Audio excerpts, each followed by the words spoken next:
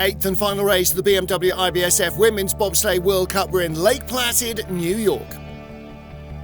Second and deciding heat of the final race of the women's bobsleigh season. Melanie Hassler and Mara Morell for Switzerland in the top six. A sixth place finish the previous year for Melanie Hassler, her best on this track. And she was looking to try and move herself ahead of the USA's leader, Keisha Love. Love, one of the stars of the season. But Hassler put down a beautiful second run, a nice clean shoot to the chicane, gave her the speed she needed at the bottom to grab the lead and guarantee herself another Lake Placid top six. It was better than that because she was still the leader as we got to the top four. Alana Myers-Taylor of the USA having dropped back. Olympic champion Lauren Alter, last year's World Cup winner, just needed to finish the run to seal the Crystal Globe as the season's champion, but she was looking to do better than that. She was only 800ths out of silver in the first heat, one of half a dozen sleds covered by under 2/10 battling for the podium.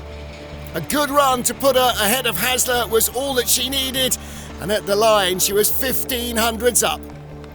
The Olympic champion led with 3 to go.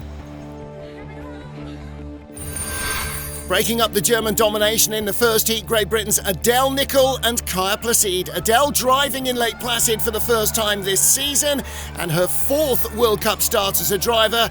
A 19-year-old brakeman also in her 4th World Cup race. Little nervy at the top of the track, but she smoothed it out all the way down and drove like a Lake Placid veteran in a rented sled that she'd never seen before the start of the month. Adele Nichol driving herself into the medals. She held a lead early on and maintained it all the way to the line to guarantee the first British women's bobsleigh medal since the World Championships in 2009 and the second this century. Next up, silver medal after the first heat. Lisa Bookitt, the world champion, with Lauren Siebert behind her. Fastest start in the first heat, fastest start in the second heat. Surely nothing could go wrong. She had 600s in hand from the first heat over Adele Nichol and outstarted the British duo.